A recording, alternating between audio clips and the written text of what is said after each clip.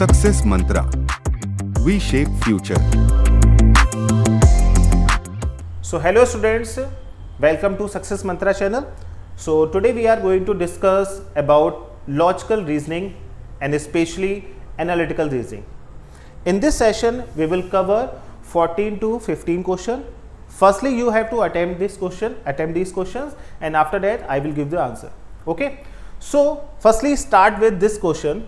This question is based on the chapter ranking. Okay.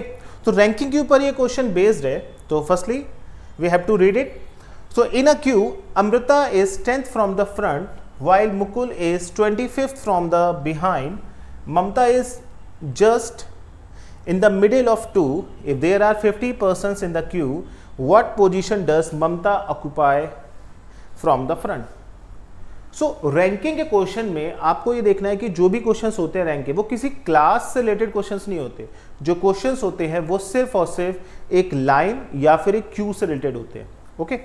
तो आपको देखना है कि इस क्यू में जब भी आपको कोई रैंकिंग का क्वेश्चन होता है तो एक आपको लाइन या फिर एक क्यू एक ड्रॉ कर लेनी है आपको. अब इस लाइन के दो एंड होंगे. तो इस क्वेश्चन में फ्रंट और बिहाइंड के नाम से उन दोनों एंड को बोला गया है. तो एक तरफ आपका फ्रंट हो जाएगा और दूसरी तरफ आप बिहाइंड लगेगी. ठीक है. क्योंकि जो रैंक किसी भी पर्सन की कोई रैंक होती है किसी क्यू या लाइन में, वो फ्रंट से भी हो सकती है और बिहाइंड से भी हो सकती है. ठीक है. So Amrita is 10th from the front while Mukul is 25th from the behind. तो अमृता जो है वो 10th फ्रॉम द फ्रंट है and Mukul is 25th from the behind. Okay. So firstly we have to check how many students are in between Amrita and Mukul. इन दोनों के बीच में कितने लोग बैठे हैं. तो इसके लिए एक ट्रिक होती है कि कभी भी आपको टोटल स्टूडेंट्स अगर गिवन है, टोटल स्टूडेंट्स कितने गिवन है यहाँ पे, ओके 50 स्टूडेंट्स आर. ठीक है. इन अ क्यू. तो यानी कि टोटल हमारे 50 हैं. तो आपको कभी भी दो पर्सन के बीच में जितने भी लोग बैठे हैं अगर उनकी वैल्यू निकालनी है तो आपको क्या करना होगा, अपने इस टोटल में से यानी कि 50 में से इन दोनों की रैंक ऐड करके सब्ट्रैक्ट कर देनी, यानी कि 10 प्लस 25. तो आप जब सब्ट्रैक्ट करेंगे दिस इज 35, 50 माइनस 35 इज 15. तो there are 15 students are between Amrita and Mukul. ठीक है. इन दोनों के बीच में कितने लोग स्टूडेंट्स बैठे हैं, 15 बैठे हैं. अब let's check the question. Mamata is just middle of the two. Mamata इन दोनों के ठीक बीच में है. अब देखिए एग्जैक्टली बिटवीन का मतलब क्या होता है. एग्जैक्टली बिटवीन का मतलब ये है जैसे ममता इनके बीच में है तो मैं एम्प्टी से रिप्रेजेंट कर रहा हूं ममता को. तो there are 15 students in between Amrita and Mukul and Mamta is exactly between them. तो अगर ये इन दोनों के एग्जैक्टली बिटवीन है तो इसका मतलब यह है कि इक्वल नंबर ऑफ पर्संस ममता और मुकुल के बीच में जो होंगे उतने ही पर्सन आपके अमृता और ममता के बीच में होंगे. तो अगर ये 15 स्टूडेंट बिटवीन है तो अगर एक पर्सन ममता हो गई तो कितने बचेंगे, 14. तो 7 ही इन दोनों के बीच में होंगे. ओके. अगर मान लो 21 होते, इन बिटवीन कितने होते, 21. तो 1 person is Mamta, then rest divided into 10 and 10, equally divided into 10 and 10. Okay. तो 10 और 10 के ग्रुप में फिर आप उनको डिवाइड कर देते. अगर मान लो 31 होते तो एक पर्सन तो ममता हो जाती और बाकी जो 30 पर्सन हैं उनको आप 15 के ग्रुप में डिवाइड कर देते. ओके. तो फिलहाल यह 15 थे तो 7 में डिवाइड कर दिया. Now the question is what position does Mamta occupy from the front. तो फ्रंट से ममता की क्या पोजीशन होगी. तो फ्रंट से ममता की पोजीशन निकालनी है. तो फ्रंट से ममता की पोजीशन जब हम निकालेंगे तो 10 नंबर पे फ्रंट पे तो अमृता है, 7% बिटवीन है ममता के, तो 10 और 7 17. तो अमृता किस नंबर पे हो गई, the answer is 18. So correct answer is 18. Okay. So Mamta is 18 from the front and exactly between Amrita and Mukul. Okay. Got it guys.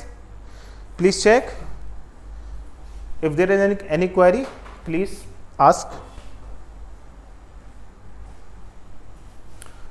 Okay, just move on. The second question is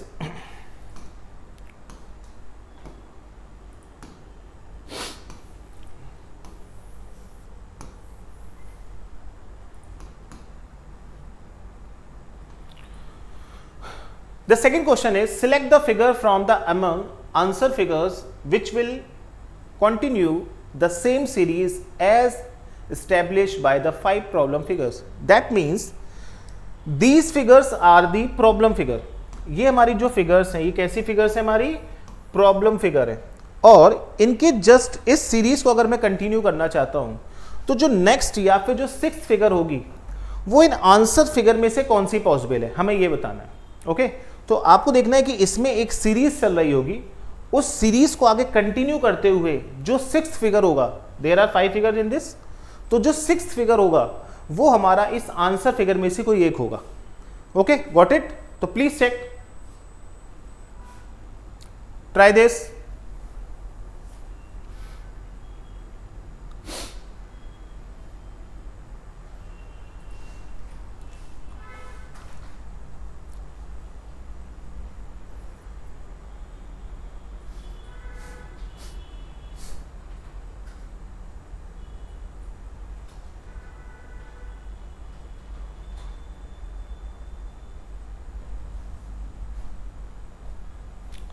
okay, my turn. देखिए आपके जो first figure में क्या है, जरा ध्यान से देखना. फर्स्ट फिगर में क्या गिवन है, plus minus triangle square point and 0.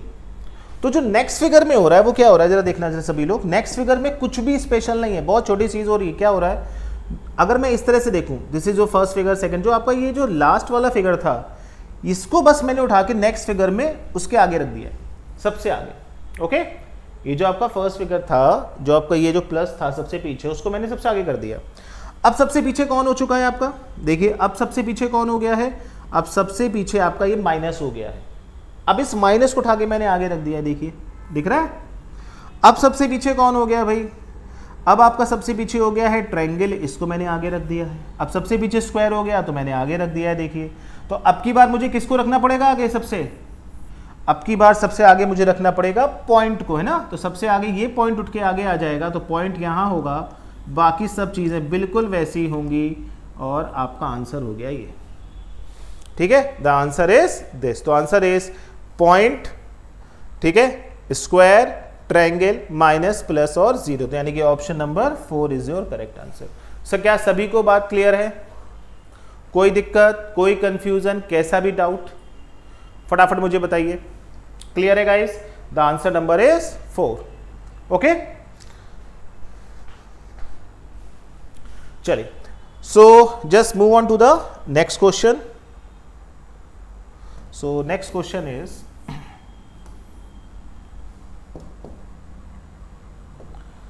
this one. In the language of mathematics, this is the ratio, but in the language of reasoning, this is not the ratio. This is called the relation between 6 and 215.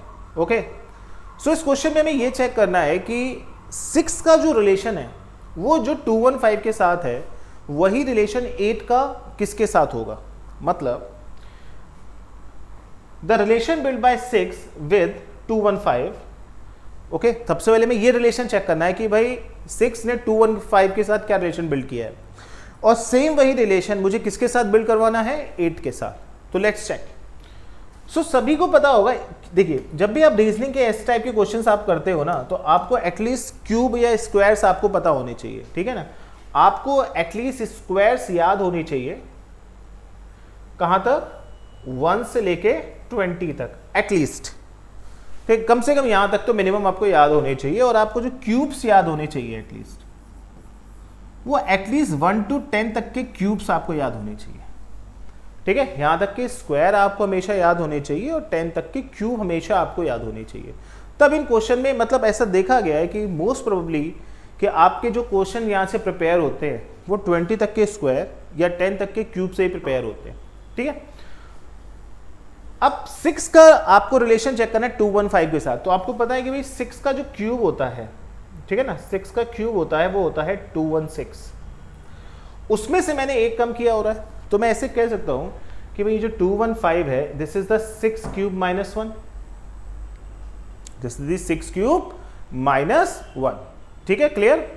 अब ऐसे ही आपको 8 का cube भी check करना होगा, तो ये जो आंसर होगा वो क्या होना चाहिए, 8 का क्यूब माइनस 1. तो 8 का क्यूब क्या होता है भाई? 8 का क्यूब होता है आपका 512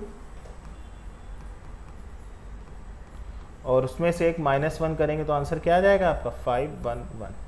सो answer is option number B. Okay, so answer is option number B. सबको क्लियर है? कोई confusion? Answer is option number B 511. Check कर लिए सभी लोग? कोई कंफ्यूजन, कैसा भी कोई डाउट हो तो बताएं. ठीक है, okay. So the question is over. Just move on to the next question. So next question is this one. Read it. If green means red, red means yellow, yellow means blue, blue means orange, orange means green, what is the color of clean sky? तो sky का colour क्या होगा? ठीक है, okay. तो इसको बताने से पहले मैं आपको एक और चीज थोड़ी सी रिकॉल करवाना होगा. अगर ये क्वेश्चन ऐसा होता, red is called blue, okay, blue is called green and green is called pink, और क्वेश्चन अभी भी यही होता, the colour of clean sky. सिर्फ इतनी सी चीज होती. ठीक है, so red is called blue, blue is called green and green is called pink. That means red को ब्लू बोला जाता है, ब्लू को ग्रीन कहा जाता है और ग्रीन को पिंक कहा जाता है. सिंपल सी चीज है. तो भाई क्लीन स्काई का कलर क्या है? तो आप सभी को बताइए, क्लीन स्काई का जो कलर होता है that is blue. Clean sky का जो कलर होता है वो क्या होता है? Blue. But according to this blue is called green, लेकिन ब्लू को हम क्या कहते हैं आज से? ग्रीन कहते हैं. तो आपका आंसर जो होगा, the colour of green sky is green. ये बात क्लियर है सभी को? पक्का? अब की बार ऐसा कोई भी क्वेश्चन आएगा तो आप कर सकते हैं. तो आप कह सकते हैं कि जब भी कॉल्ड वाले जो क्वेश्चंस आते हैं ना, उसमें जो तुरंत बाद वाला जो भी हमारा कलर होगा या जो भी चीज लिखी होगी वही मेरा आंसर होगा. लेकिन जब क्वेश्चन मीन से रिलेटेड आ जाता है, ठीक है, नाउ हियर इज, जब क्वेश्चन कैसे रिलेटेड आता है? मीन से रिलेटेड आ जाता है, तब क्या होता है? देखिए, green means red, red means yellow, yellow means blue and blue means orange and orange means green. तो what is the colour of clean sky? Okay, तो अगर आप कॉल्ड में बाद वाला ले रहे हैं तो मीन्स में बाद वाला नहीं लेते, मीन्स में जस्ट पहले वाला लोगे आप. ठीक है ना, प्रीसीडिंग वाला. तो जस्ट पहले वाला लोगे तो यानी कि what is the colour of sky? Blue होता है, लेकिन ब्लू के पहले क्या लिखा हुआ है यहां पे? येलो. तो answer is yellow. Option number C. अगर ये क्वेश्चन कॉल्ड के ऊपर बेस्ड होता, मतलब red, green means red, red means yellow, तब आपको ये चेक करना होता कि ब्लू के बाद क्या लिखा है. जैसे मान लो यहाँ कॉल्ड होता तब ब्लू के बाद वाला चेक करते, लेकिन मीन्स होगा तो आपको ब्लू के पहले वाला चेक करना है. मतलब जो भी यहाँ पे आप अपना आंसर देना चाहते हो उसको यहाँ पे ढूंढिए, उससे जो पहले वाला आंसर होगा वही करेंगे. ठीक है, तो इसकी ट्रिक आपको याद रखिएगा, कॉल्ड में हमेशा आपको बाद वाला लेना है. ऐसे मैं लिख सकता हूँ, थोड़ा सा आप याद रखेंगे, कॉल्ड में हमेशा आपको बाद वाला लेना है, और जब भी क्वेश्चन आपका मीन्स के ऊपर आता है तो हमेशा आपको पहले वाला लेना है. दैट्स इट, और कुछ नहीं. क्लियर है सभी को? कोई कंफ्यूजन, कैसा भी डाउट प्लीज आस्क. ठीक है, चलो आगे बढ़े, नेक्स्ट पॉइंट पे आते हैं. So my next question is based on new type of question और new trick. The question is this. This question is based on the chapter of clock. Clock is very important chapter, okay, in logical reasoning. Okay, so the question is, at what time between 7 to 8 o'clock will the hands of a clock be in a straight line but not together? Okay, मतलब 7 और 8 के बीच में ऐसा कब होगा जब दोनों hands यानी कि minute hand and hour hand एक स्ट्रेट लाइन में होंगी बट नॉट टुगेदर, लेकिन साथ साथ नहीं होंगी। कैसी होंगी? एक स्ट्रेट लाइन में होंगी। ओके, तो हमें चेक करना है 7 to 8। तो देखो इसको करने की भी एक ट्रिक होती है, बिल्कुल ध्यान से देखना, very very important question. The trick is firstly you have to draw a clock. एक क्लॉक को हम ड्रॉ कर लेंगे 1 2 3 4 5 6 7 8 9 10 एंड 11। ओके, अब देखो ध्यान से 7 to 8 के बीच में मुझे टाइम बताना है, मतलब टाइम जो होना चाहिए वो 7 to 8 के बीच में होना चाहिए। ठीक है, तो आपको क्या करना है, अपनी आर हैंड आपकी छोटी वाली होती है ना, शॉर्ट हैंड जिसे बोलते हैं, और जो मिनट हैंड होती है वो लॉन्ग हैंड। आपको अपनी आर हैंड को जो है वो आपको 7 पे रखना होगा। 7 to 8 दिया है तो 7 पे रखना होगा, 8 to 9 होता तो 8 पे रखते हैं। ठीक है, तो 7 पे रख लिया। अब आप चाहते हैं कि ये बिल्कुल स्ट्रेट लाइन में हो दोनों हैंड्स, यही तो है क्वेश्चन कि दोनों हैंड स्ट्रेट लाइन। तो स्ट्रेट लाइन में करने के लिए आपको जो आपकी मिनट हैंड है वो आपको पीछे लगानी होगी। तो ये आपकी आर हैंड हो गई और पीछे आपकी मिनट हैंड। मतलब टाइम क्या नजर आ रहा है आपको? 7:05 एम आई राइट? 7:05। ओके, सो 7:05 पे ये दोनों हमारी हैंड्स हैं वो जो कि स्ट्रेट लाइन में लाई करेंगी। Okay, but this is not the correct time. क्यों करेक्ट टाइम नहीं है? क्योंकि जब 7 एग्जैक्ट 7 जब बनेगा, जब एग्जैक्ट 7 आपका टाइम होगा, तब उस समय जो आपकी मिनट हैंड है वो तो 12 पे होनी चाहिए। क्यों भाई? जब 7 एग्जैक्ट होगा तो 12 पे होगी। अगर ये 5 पे हुई तो इसको भी थोड़ा सा आगे होना पड़ेगा, और जैसे ये थोड़ा सा आगे होगा तो ये स्ट्रेट लाइन में नहीं होगी, और जब ये स्ट्रेट लाइन में नहीं होगी तो इसको भी फिर थोड़ा सा आगे आपको पुश करना पड़ेगा, तब ये स्ट्रेट लाइन में होगी। तो इसका मतलब 7:05 जो है ये एक तरीके से हम एज्यूम कर सकते हैं कि भाई इसके आसपास एक आंसर हो सकता है, लेकिन एग्जैक्ट नहीं है। लेकिन अगर मुझे करेक्ट आंसर ढूंढना है, तब हम क्या करेंगे? उस केस में आप अपने इस एज्यूम वाले टाइम को 12/11 से मल्टीप्लाई कर दो। जो आपने ये टाइम एज्यूम किया है 7:05, इसको आप 12/11 से मल्टीप्लाई कर दो और सिर्फ 5 से करो तो कितना हो गया? 760/11। तो 7/5/11। ठीक है, तो आंसर है 7/5/11। सबको बात क्लियर है? कोई भी कंफ्यूजन, कैसा भी डाउट हो तो बताएं। 7/5/11। कोई कंफ्यूजन किसी भी तरीके का किसी को हो तो बताएं। तो इस ट्रिक की मदद से इस टाइप का अगर क्लॉक का कोई भी क्वेश्चन हमारे सामने आता है तो उसको हम विद इन अ सेकेंड कर सकते हैं। तो कैसे सेकंड्स में क्वेश्चन करते हैं, तो ये ट्रिक्स आपको पता होनी चाहिए। These are very important tricks. Okay, if you are preparing for this competitive exams. Okay, तो हम जरा आगे वाले क्वेश्चन की तरफ चलते हैं। ठीक है, सो next question is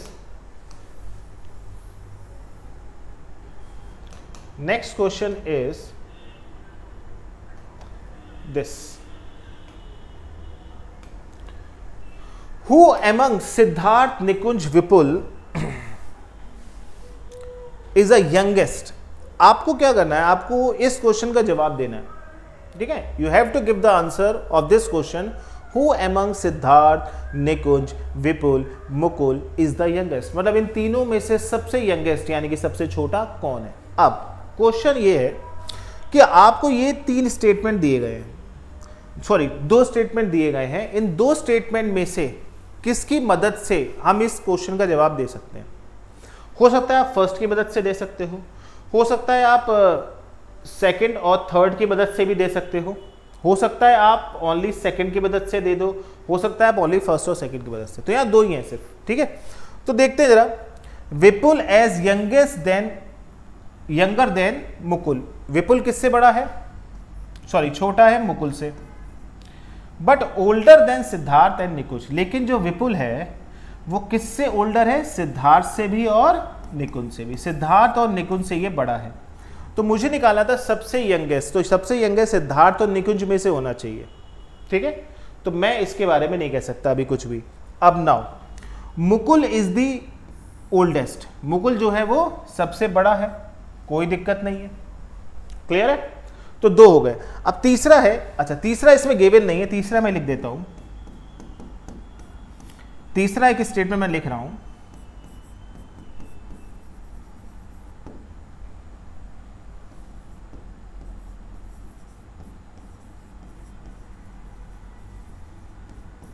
Nikunj is not youngest. तो तीसरा हमारा स्टेटमेंट है निकुंज इज नॉट यंगेस्ट। अब जरा ध्यान से देखो, अगर मैं सिर्फ फर्स्ट वाले स्टेटमेंट को यूज करूं तो क्या मेरा आंसर आ रहा है? नहीं आ रहा।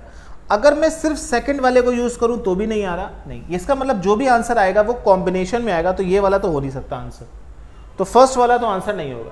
अब कॉम्बिनेशन किसका बन सकता है? देखो फर्स्ट स्टेटमेंट ने बस मुझे ये पता करना था निकुंज बड़ा है कि सिद्धार्थ, तो आपको ये तीसरे स्टेटमेंट से दिख रहा है।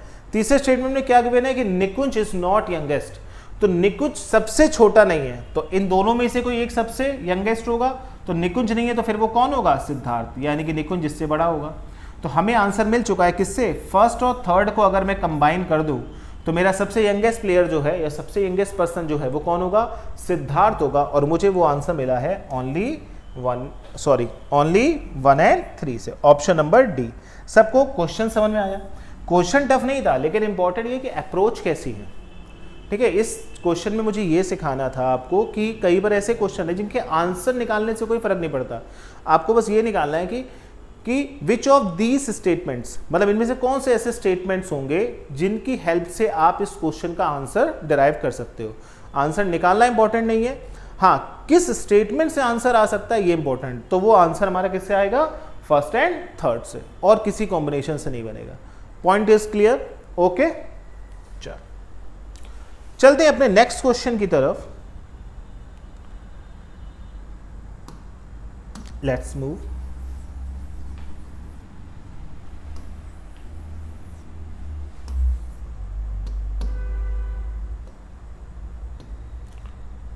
This question is based on the chapter of dice, which is equally important as the previous chapter.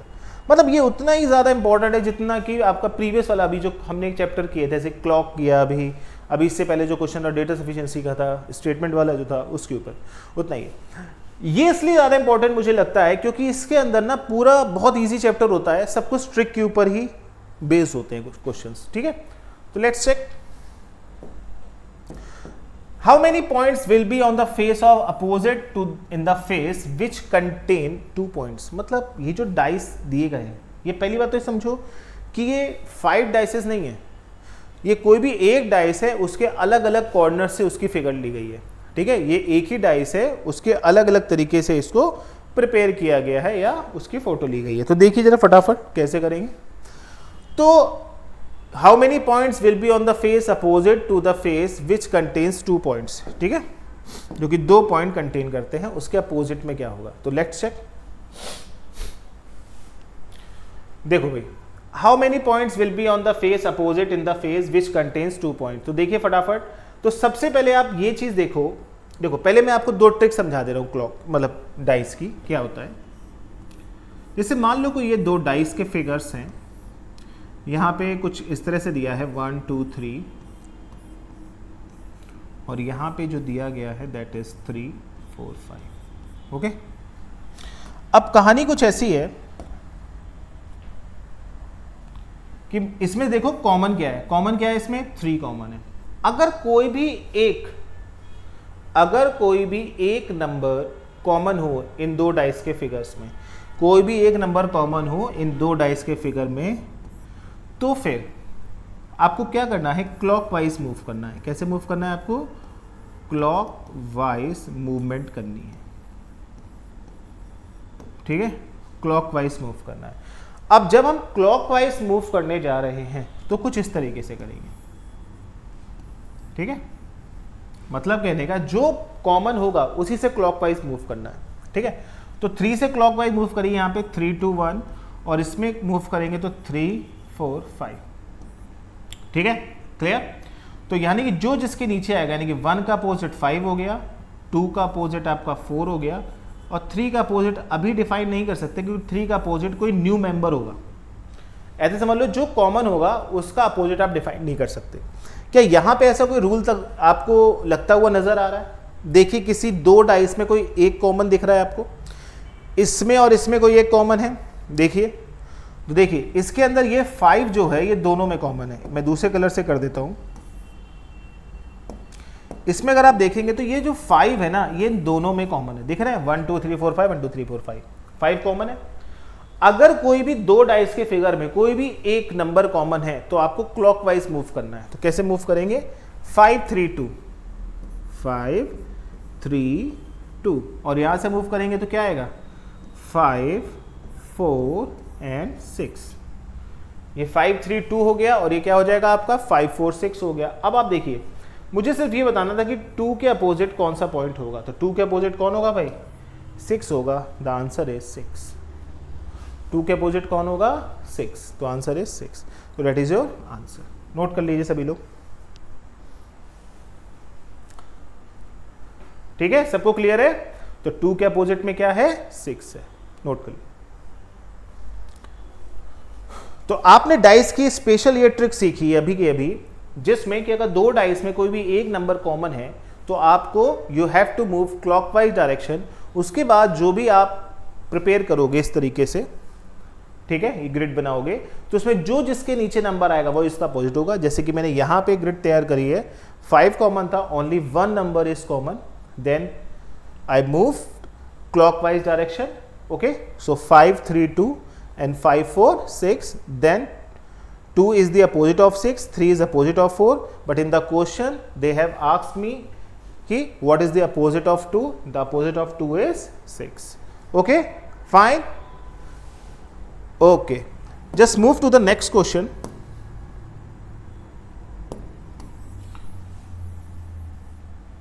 अगले क्वेश्चन की तरफ चलते हैं। My next question is this: arrange the word given below as a meaning sequence। मतलब इसमें इस type का question लिया जाता है जिसमें आपको इन सारे वर्ड्स को एक मीनिंग सीक्वेंस के हिसाब से प्रिपेयर करना है। मतलब इनका एक ऐसा सीक्वेंस तैयार करिए जिसमें कोई मीनिंग हो। Okay, protect, pressure, relief, rain, flood. Okay, आपको एक स्टोरी बिल्डअप करनी है जिसमें ये सारे जो हमारे कैरेक्टर्स हैं या ये सारे जो नेम हैं, ये जो सारे वर्ड्स हैं, ये उस कैरेक्टर या उस स्टोरी लाइन के अंदर आने चाहिए और एक स्टोरी बिल्डअप होनी चाहिए और एक सीक्वेंस भी जनरेट होगी। भाई इसके बाद ये होगा, इसके बाद ये होगा, इस टाइप से जनरेट होनी चाहिए एक सीक्वेंस और एक मीनिंगफुल सीक्वेंस। ठीक है, इसका मतलब एक स्टोरी बिल्डअप, एक meaningful story. So okay, just try this. Protect, pressure, relief, rain, flood.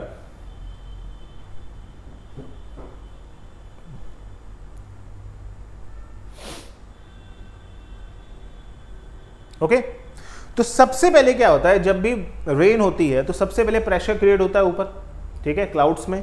तो सबसे पहले होगा प्रेशर क्रिएट, ठीक है, प्रेशर क्रिएट होगा। प्रेशर के बाद क्या होगा? रेन होगी, ठीक है। रेन के बाद क्या होगा? फ्लड होगा, ठीक है। रेन के बाद क्या होगा? फ्लड होगा। फ्लड आने के बाद आप क्या करेंगे? प्रोटेक्ट करेंगे। आप क्या करेंगे? लोगों को प्रोटेक्ट करेंगे, ठीक है। और प्रोटेक्ट करने के बाद आप उन लोगों को क्या पहुंचाओगे? रिलीफ। तो दिस इज द सीक्वेंस। तो सबसे पहले क्या होगा आपका? 2, ठीक है, उसके बाद 4, उसके बाद 5, उसके बाद 1 और उसके बाद 3। 2 4 5 1 3, option number B. Note down, 2 4 5 1 3 यानी कि option number B. Clear cut सभी को? कोई कंफ्यूजन, कैसा भी कोई डाउट हो तो बताएं। Clear? Note down.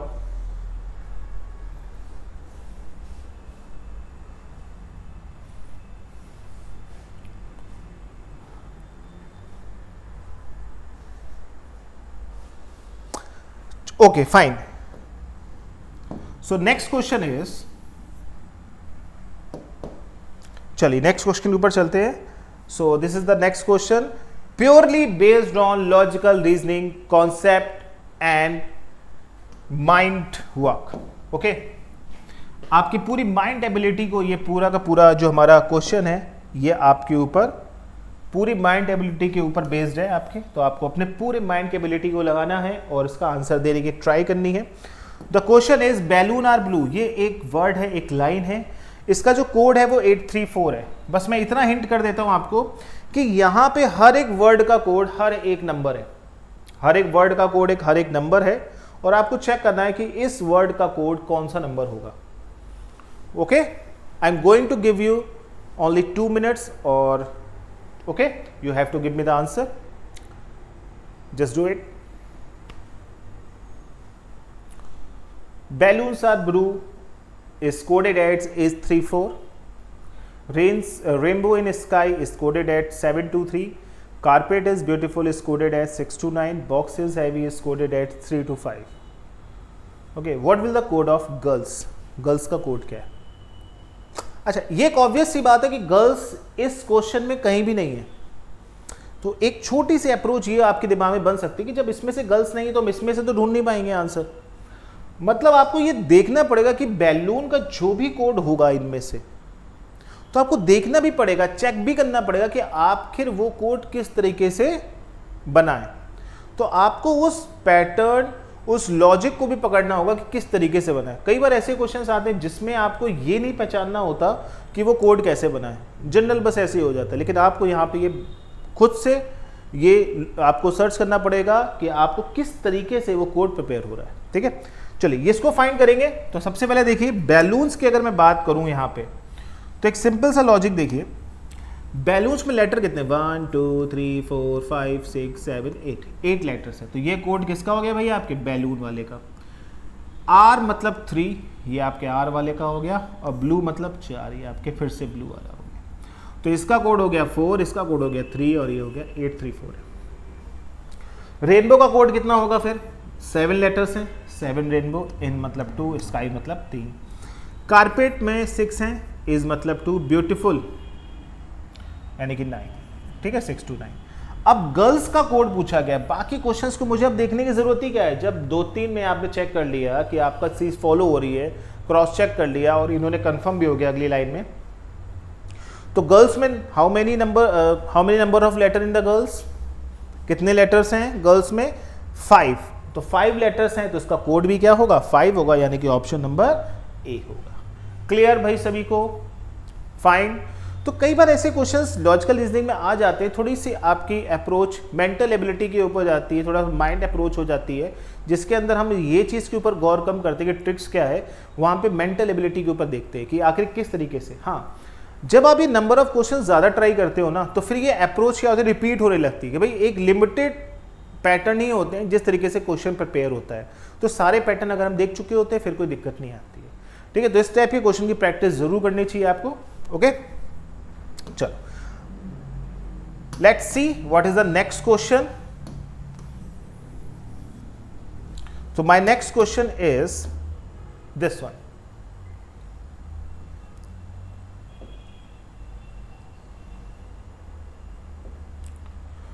Select the related letters from the given alternatives. Again, this question is based on relations. This word build up a relation with NBM, and this word build up the relation to the next word. So we have to check the what is the relation between RGS and NBM. Okay, just do it.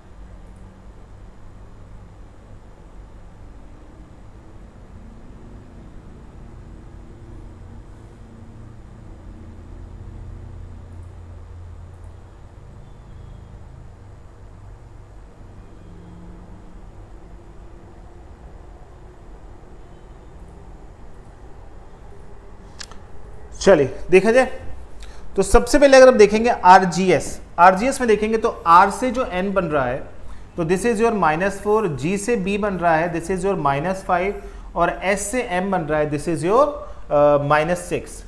तो एक तरीके से एक pattern follow हो गया मेरा, ठीक है, एक पैटर्न फॉलो हो गया जिसमें मुझे कुछ 4, 5, 6 का पैटर्न बन रहा है, ठीक है, clear.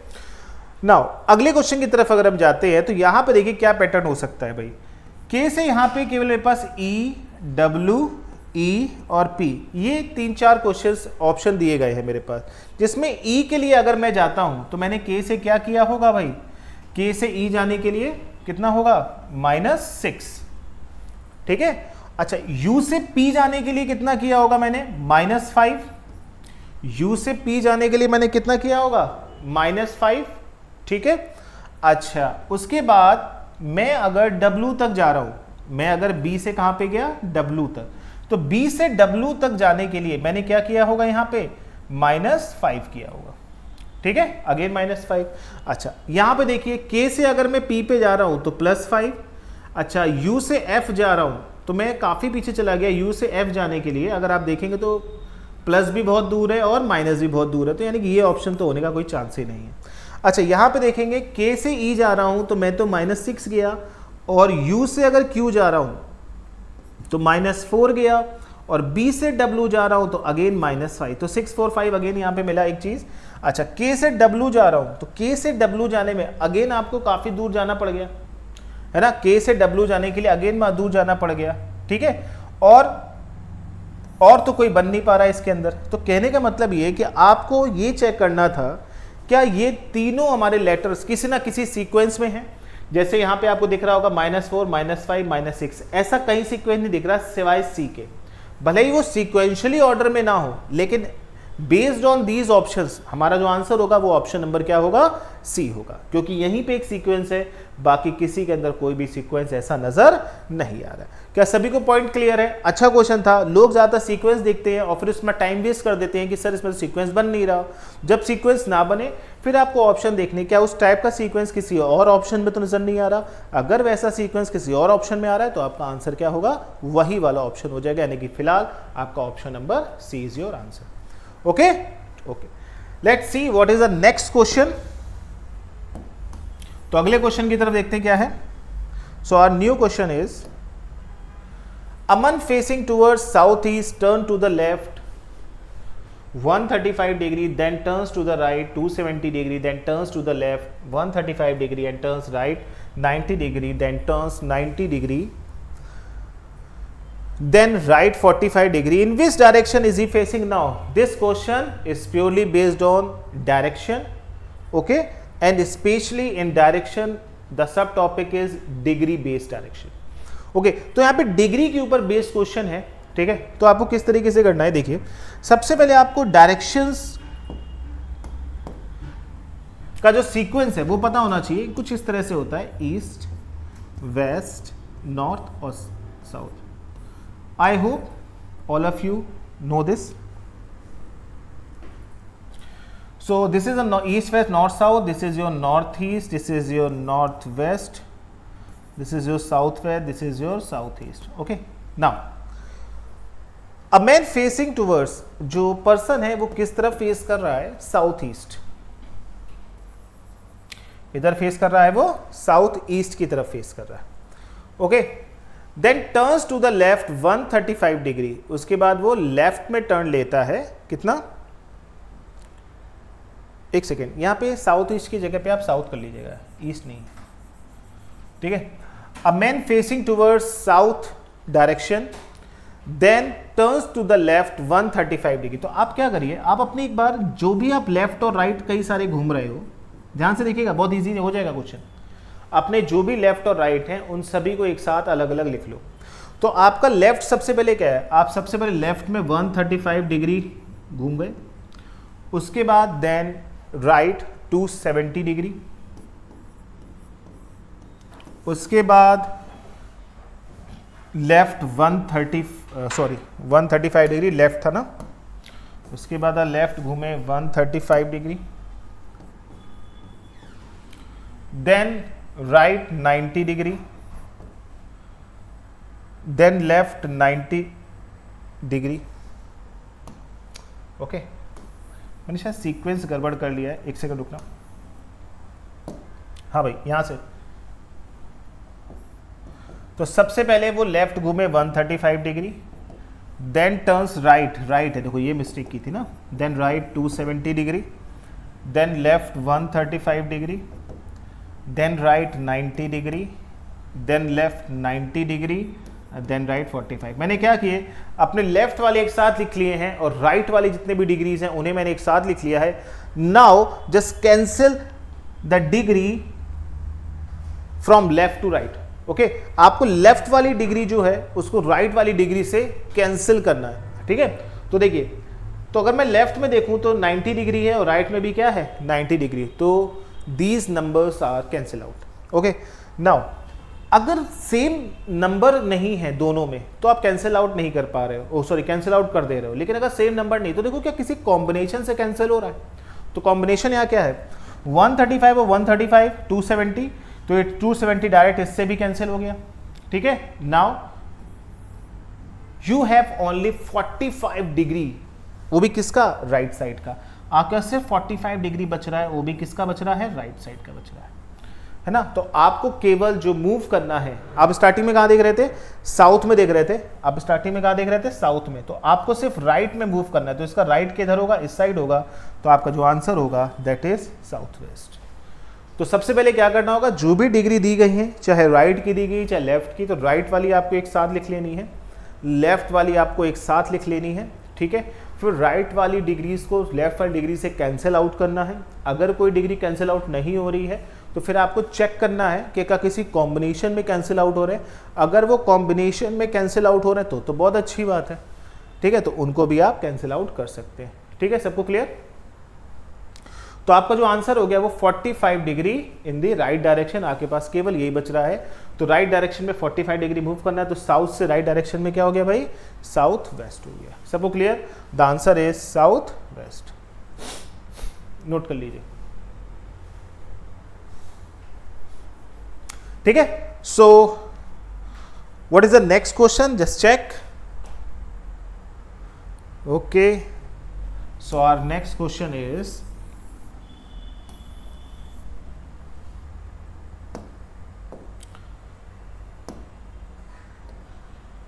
this one. This question is purely based on inequality. Okay, so what is inequality? Inequality just based on the sum signs of mathematics, greater, less than, equal to, greater or equal, less than or equal. Okay, so firstly the statement is A is less than or equal to D, less than C, greater than or equal to B and less than C. So you have to tell this conclusion is right or wrong. Okay, when the conclusion is absolutely or 100% correct, then you have to say this is the correct conclusion. If any doubt in this conclusion, you cannot say it is the correct conclusion. Okay, so conclusion means which is 100% true. If something is 100% true, then conclusion is correct. If something is not 100% true, then conclusion is not correct. Okay, let's check. C is greater than A, तो you have to check the relation between C and A.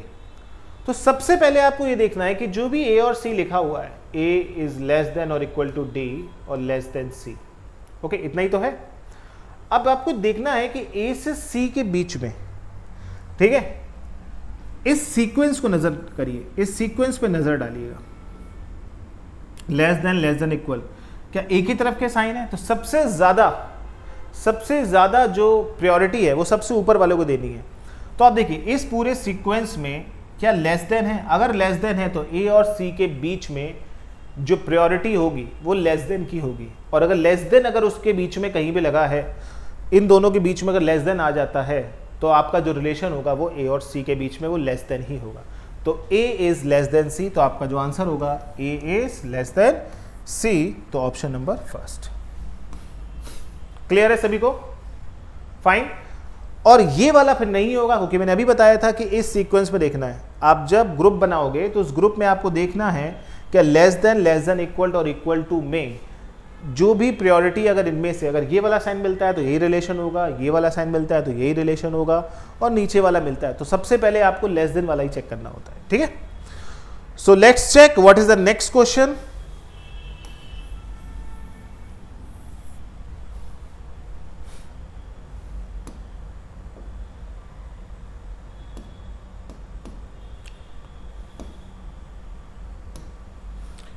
P is greater than L,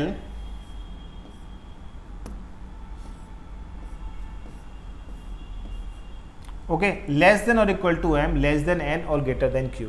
तो सबसे पहले मुझे check करना है कि P is greater than Q is correct or not. Already I have told you if 100% is something is 100% is correct, then conclusion is correct. If 100% is not correct, then conclusion is not correct. So we have to find the relation between P and Q. तो अब आपको यहाँ पे एक नई चीज और learn करनी है कि कभी भी अगर ऐसा कोई रिलेशन आपको दिख रहा है रास्ते में जिसमें अपोजिट साइन नजर आ रहे हैं, तो फिर यहां पे कोई प्रायोरिटी चेक नहीं होती है, यहां पे सीधे सीधे रिलेशन नॉट डिफाइंड हो जाता है। यहां पर रिलेशन आपका क्या हो जाता है, नॉट डिफाइंड हो जाता है। बात क्लियर? तो देखिए क्या P और Q में ऐसा कुछ नजर आ रहा है, तो हाँ भाई नजर आ रहा है। कुछ लोग इधर देख रहे हैं, कुछ लोग उधर देख रहे हैं, तो P और Q के बीच में ऐसा कोई भी रिलेशन नहीं है, यानी कि नॉट डिफाइंड है, तो ये वाली बात सही नहीं है। अच्छा, Q और M के बीच में ऐसा कुछ है नहीं, यहाँ पे भी। अच्छा, यहाँ से कंफ्यूजन हो सकता है कि क्या सर ये अपोजिट है, अगर ऐसे है तो भी अपोजिट फेस कहलाएंगे, मतलब इसका फेस उधर की साइड ओपन हो रहा है, इसका फेस इधर की साइड ओपन हो रहा है, ठीक है, क्लियर। तो यहाँ भी अपोजिट चल रहा है, तो यानी कि ये वाली बात भी सही नहीं है, यानी कि बोथ आर नॉट करेक्ट, ठीक है। I hope these kind of question you have already learned from this. Okay, so let meet into the another session. Okay, अगले सेशन में फिर मिलेंगे based on logical reasoning or any other topic. Okay, so please comment on this कि what will you want to learn or what will you want to learn the chapter. Okay, so from logical reasoning or any quantitative aptitude chapter, please comment on the comment section. Okay, thank you very much. Okay, bye guys, thank you.